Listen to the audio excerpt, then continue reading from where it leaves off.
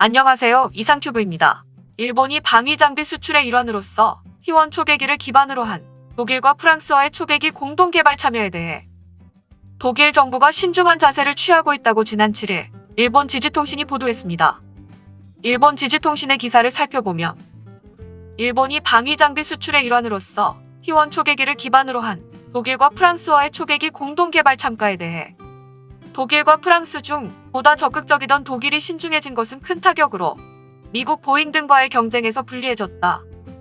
P1은 첫 국산 초계기로서 방위성과 가와사키 중공업이 개발하여 해상자위대가 잠수함의 감시 등에 사용하고 있다.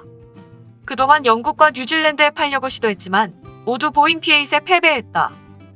독일과 프랑스는 현행 초계기가 운용기한을 맞이하는 2035년까지 공동으로 차세대 초계기를 도입할 계획을 밝히고 있다.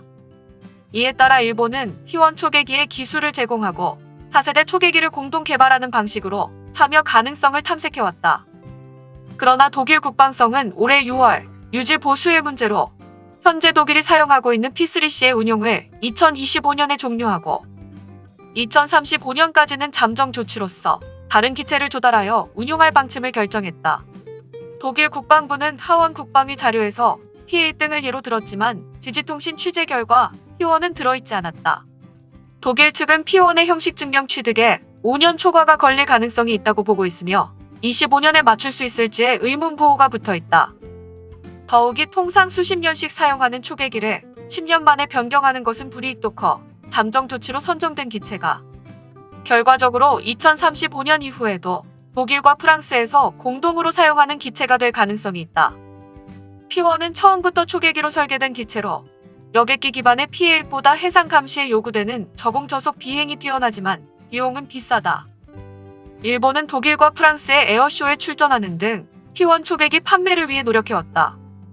특히 독일은 러시아 잠수함의 감시를 고려해 국방부 관계자가 일본을 방문해 시차를 거듭하는 등 관심을 보여왔다.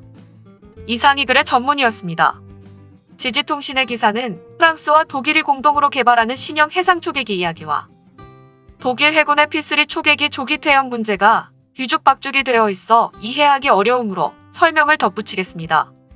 독일과 프랑스는 2030년대까지 신형 해상 초계기를 개발해 공동 조달하기로 약속한 상태였습니다. 에어버스가 2018년 발표한 군사 사양인 A320 네오를 기반으로 개발할 것이라는 소문도 있지만 일본도 P1 초계기를 기반으로 신형 해상 초계기를 개발하자고 제안해 향후 귀추가 주목됐지만 독일 해군의 P3 초계기가 예상보다 빨리 퇴역하면서 상황이 달라졌습니다. 원래 독일 해군이 운용한 P3 초계기는 문제가 많은 초계기로 알려져 있습니다. 당초에 독일은 프랑스의 대잠 초계기 BR150 애틀랜틱을 후계기로 선정하려고 했으나 독일의 연방회계감사원이 후계기 선정을 멈추는 것이 좋다고 경고하여 네덜란드의 중고 P3C를 2004년에 8대 도입하고 관련 장비 일체를 약 4억 유로에 계약했습니다. 하지만 중고로 도입한 P3C의 상태가 너무 나빠서 유지 보수 비용이 늘어나고 2014년 시점에서는 프로그램의 총 비용이 도입 비용의 4억 유로를 넘어서는 10억 유로에 달했습니다. 참고로 독일 해군이 운용하는 P3C의 평균 가동률은 37% 전후이며 도입한 8대 중 가장 상태가 나쁜 기체는 10년간 150분밖에 비행하지 않았다고 독일 언론이 보도한 적이 있습니다. 그러나 독일 해군은 중동에서의 해적 대책에 P3C를 파견했기 때문에 이 비행기를 손에서 놓을 수 없었고 5억 유로의 비용을 들여 주날개과 주요 부품을 2023년까지 교체하기로 했습니다. 하지만 새로 제조한 주날개의 균열이 발생하는 문제와 보수작업 지원 등으로 3억 4천만 유로의 추가 비용이 발생하고 P3C에 사용하는 약 2만 개의 부품이 보관되어 있던 창고가 화재로 소실되어 이 항공기의 개보수와 유지가 어려워졌습니다. 그런데도 독일 해군은 프랑스와 신형 해상 초계기 개발을 약속했기 때문에 P3C 유지에 전력을 다하지만 상태가 좋았던 귀중한 P3C 가동기가 2020년 5월에 사고로 파손되어 버렸습니다. 이에 따라 올 6월에 P3C의 개보수를 중지하고 잠정적인 신형 초계기 도입을 결정했습니다. 2025년까지 도입 가능한 초계기 후보로는 에어버스의 쌍발 대잠 초계기 C9MPA, 쌍발 여객기인 ATR-72를 베이스로 개발된 대잠 초계기 RAS-72와 보잉의 쌍발 대잠 초계기 PA세이를 연방의회에 통지했다고 독일 미디어가 전하고 있습니다. 요컨대 올해 6월에 독일 해군의 잠정적인 신형 초계기 도입 후보에 일본의 P1이 포함되지 않았다는 것을 일본의 지지통신은 알고 있었을 터인데 이제 와서 P1이 후보에 들지 않았다고 떠드는 것은 일본 언론 특유의 의미 없는 불평입니다.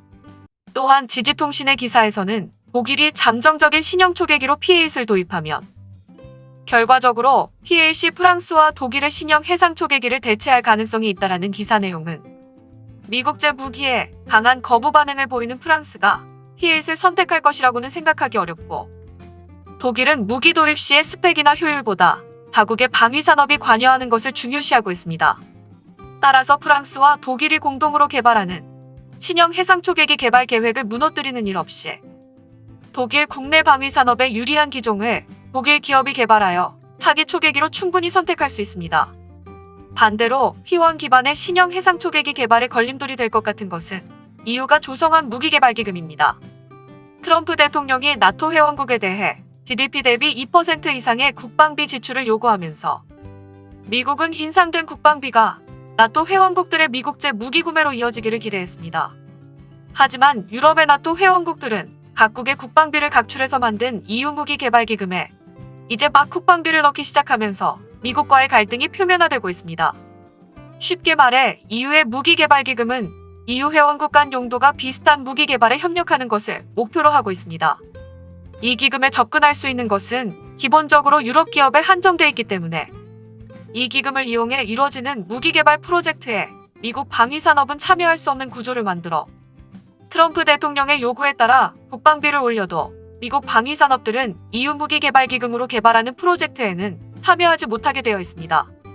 따라서 프랑스와 독일이 공동으로 개발하는 신형 해상 초계기가 EU 무기 개발 기금을 사용하면 일본도 P1 기술을 바탕으로 프랑스와 독일의 신형 해상 초계기 개발에 관여하는 것은 불가능해집니다.